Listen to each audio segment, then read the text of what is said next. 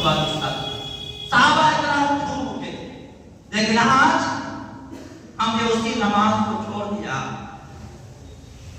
آج اسی وجہ سے مسلمان قوم کے پیچھے چل رہی ہے،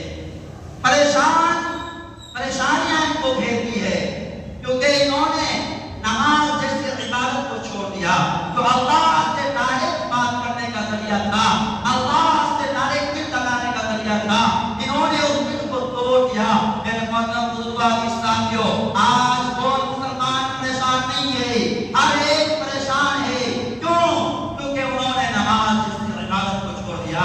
اللہ خود فرماتا ہے الا لذکر اللہ تطمئن القلوب، اے لوگوں، اے امت مسلمہ، کہاں جا رہے ہو؟ کس ڈپریشن کا شکار ہو گئے ہو؟ کس ٹینشن میں پڑے ہوئے ہو؟ کس مصیبت میں گرفتار ہو رہے ہو؟ کوئی تم سے پریشانی نہیں ہے، آؤ الا سن لو، خبردار ہو جاؤ، بذکر اللہ تطمئن القلوب۔ اگر آپ سکون چاہتے ہو، آپ اطمینان چاہتے ہو، آپ زندگی کے اندر خوشیاں چاہتے ہو، آپ مال و اسباب سے پریشان ہو، آپ اپنے اولاد سے پریشان ہو، آپ اپنے فقروں سے پریشان ہو، قرض سے پریشان ہو، تو ذرا بھی پریشانی کی بات نہیں ہے۔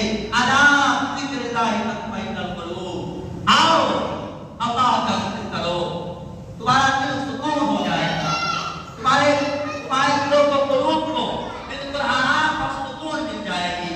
میرے محترم بزرگان ساتھیوں، آج اگر ہم پریشان ہوتے ہیں تو نئی نئی تدبیریں اور جدا جدا اسکیمیں بناتے ہیں کہ یہ معاملہ کیسے حل ہوگا، لیکن اللہ کے دربار میں نہیں اپنا سر کو جھکاتے۔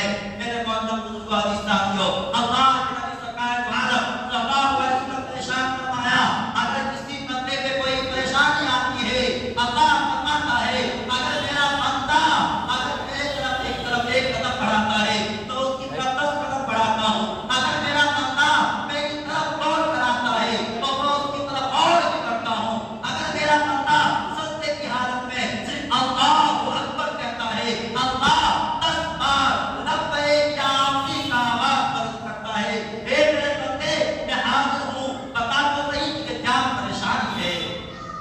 لیکن میرے محترم بزرگان ساتھیوں، ہم اللہ سے نہیں مانگتے، ہم نے نماز جیسی عظیم عبادت کو چھوڑ دیا۔ آج کئی حال ہوا کہ آج ہم پریشانی میں گرے ہوئے ہیں، نماز جیسی اہم عبادت کو چھوڑ دیا۔ میرے محترم بزرگان ساتھیوں، جس کو الصلاۃ کو معراج المومن، معراج مومنوں کا معراج جس کو کہا گیا وہ نماز ہے۔ میرے عزیز ساتھیوں، آج ہم نے معراج کو چھوڑ دیا، آج جیسی عبادت کو چھوڑ دیا۔ میرے محترم بزرگان ساتھیوں، آؤ بخاری شریف 5 سے 71 میں لکھا ہوا ہے، بین العبد و بین الکفر ترک الصلاۃ، کہ بندے اور کفر کے درمیان ایک آڑ ہے، ایک دیوار ہے، وہ دیوار وہ نماز کا ترک کرنا ہے۔ اگر کوئی آدمی نماز چھوڑ رہا ہے، گویا اس نے کفر کر دیا۔ میرے محترم بزرگان ساتھیوں، اب بتاؤ کتنی بڑی سزا ہے، جس نے جان بوجھ کر نماز چھوڑی گویا اس نے کفر کیا۔ من ترک الصلاۃ متعمدا فقد کفر، جس نے جان بوجھ کر نماز کو چھوڑی گویا اس نے کفر کر دیا۔ ذرا لگائیے میرے محترم بزرگان ساتھیوں، پانچوں وقت میں وقتہ نماز ہم کہاں غائب رہتے ہیں، اپنی معاشی زندگی میں گزارتے ہیں، اپنے لیے کماتے ہیں، بچوں کے لیے کماتے ہیں، لیکن نماز کی فکر نہیں ہے۔ بلکہ اللہ کے نبی سرکار دو عالم صلی اللہ تعالیٰ علیہ وسلم نے ارشاد فرمایا کہ بندے اور کفر کے درمیان ایک آڑ وہ نماز ہے، جس نے نماز چھوڑی گویا اس نے کفر کیا۔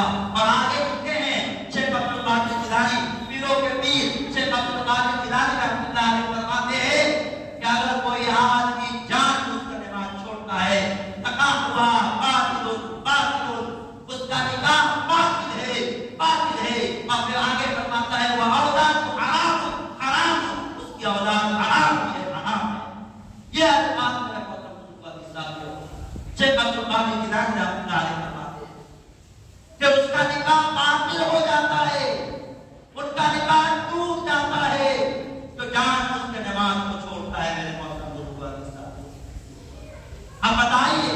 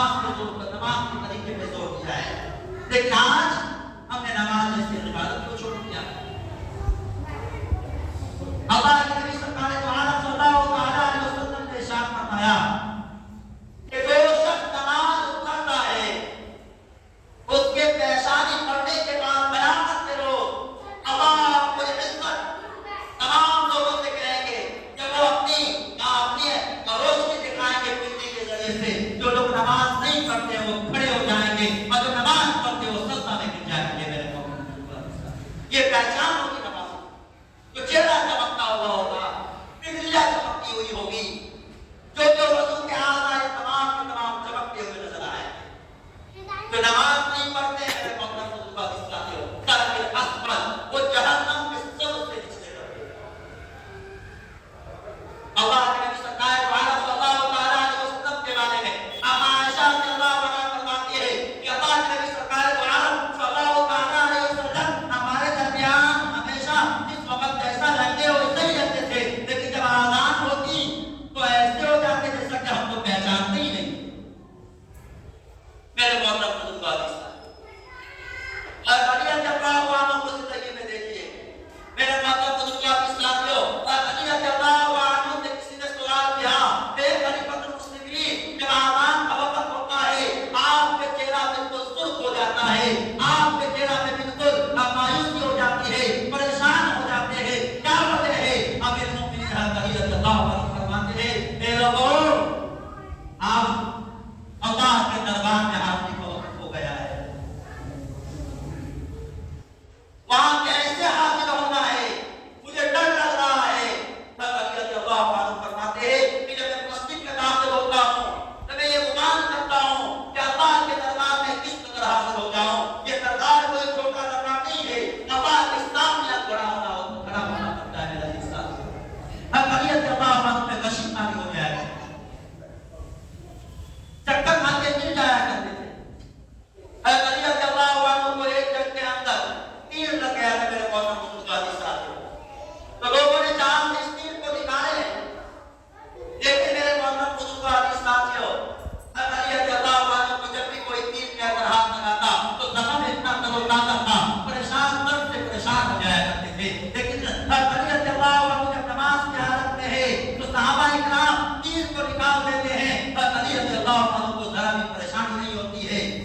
بتاؤ